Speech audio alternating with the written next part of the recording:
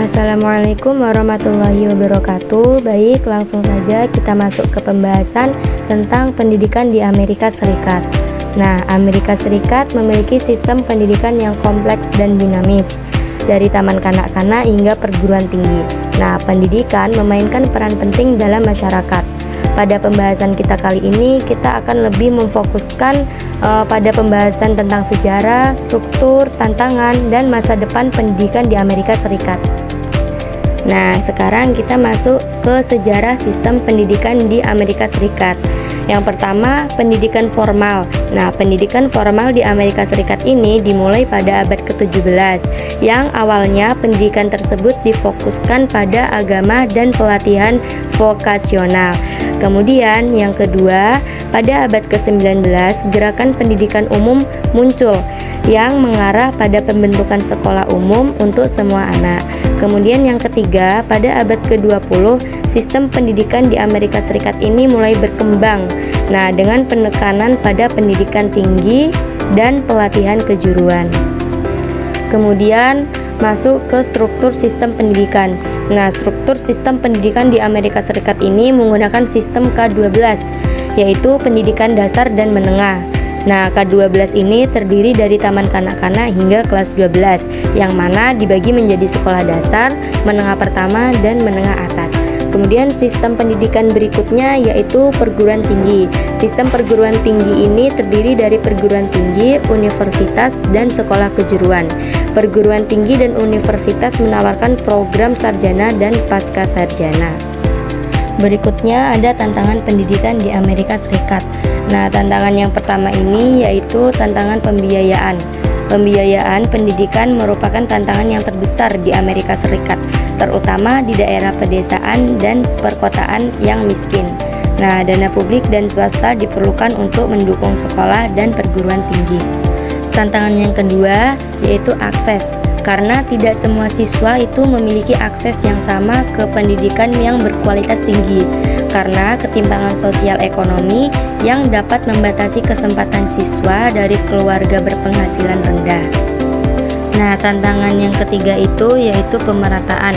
Pemerataan hasil pendidikan di Amerika Serikat itu sangat bervariasi.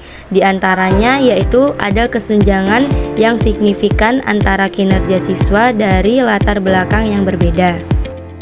Selanjutnya yaitu tentang peran teknologi dalam pendidikan. Nah, di sini dijelaskan ada 3 peran teknologi dalam pendidikan.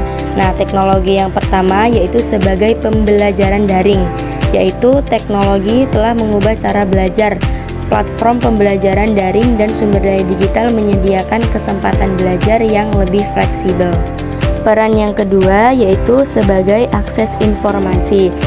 Nah, siswa sekarang itu memiliki akses ke informasi dunia, yaitu melalui internet, yang memungkinkan mereka untuk melakukan penelitian dan belajar secara mandiri. Yang terakhir yaitu sebagai aplikasi pendidikan. Nah, aplikasi pendidikan ini sangat-sangat membantu personalisasi pembelajaran. Kemudian juga membantu untuk melacak kemajuan dan menyediakan bantuan tambahan bagi siswa. Nah, selanjutnya kita masuk ke dalam pembahasan tentang inovasi dalam pendidikan. Yang pertama yaitu kurikulum. Nah, kurikulum pendidikan di Amerika Serikat ini sedang diubah guna untuk memasukkan pembelajaran yang berbasis proyek, kemudian berpemikiran kritis dan berketerampilan abad ke-21. Nah, yang kedua ada metodologi. Nah, metodologi pengajaran yang inovatif seperti pembelajaran berbasis permainan dan pembelajaran campuran itu dapat meningkatkan keterlibatan siswa dalam proses pembelajaran. Kemudian yang ketiga ada teknologi, yang mana teknologi ini digunakan untuk meningkatkan personalisasi pembelajaran, yang mana dapat memberikan umpan balik dan menciptakan pengalaman belajar yang imersif. Nah, selanjutnya mengenai peran pemerintah dan sektor swasta.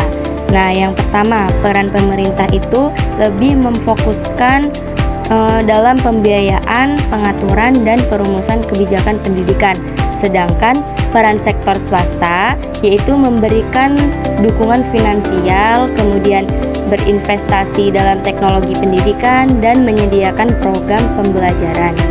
Nah, yang paling penting dari peran keduanya yaitu adalah kerjasama, karena kolaborasi antara pemerintah dan sektor swasta itu sangat penting untuk mengatasi tantangan pendidikan. Nah, di sini ada 3 gerakan reformasi pendidikan. Yang pertama yaitu standar nasional, yang kedua sekolah charter, dan yang ketiga sekolah vokasional. Kalau yang standar nasional itu standar pendidikan yang lebih berfokus dalam peningkatan kualitas pendidikan di seluruh negeri. Tapi kalau sekolah charter itu sekolah publik yang dikelola secara independen yang menawarkan fleksibilitas dalam kurikulum dan manajemen.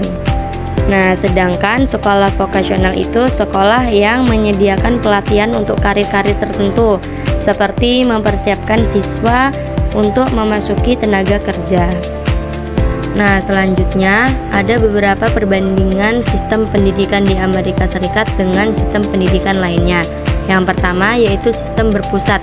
Sistem pendidikan di Amerika Serikat itu relatif berputar dengan wewenang yang lebih besar di tingkat negara dan daerah. Yang kedua, fleksibilitas. Sistem pendidikan di Amerika Serikat itu menawarkan fleksibilitas yang lebih besar dalam pilihan pendidikan dan jalur karir. Yang ketiga, ada kesenjangan. Nah, faktanya hasil kesenjangan pendidikan di Amerika Serikat itu lebih besar dibandingkan dengan negara maju lainnya. Visi dan masa depan pendidikan di Amerika Serikat. Nah, masa depan pendidikan di Amerika Serikat berfokus pada inovasi, keadilan, dan akses, teknologi personalisasi pembelajaran, dan pelatihan keterampilan abad ke-21 akan menjadi hal yang penting untuk mempersiapkan siswa untuk masa depan. Baik, demikian materi yang dapat saya sampaikan. Kurang lebihnya saya mohon maaf. Apabila ada yang ingin ditanyakan, saya persilakan. Baik, saya akhiri. Wabillahi taufik walhidayah. Wassalamualaikum warahmatullahi wabarakatuh.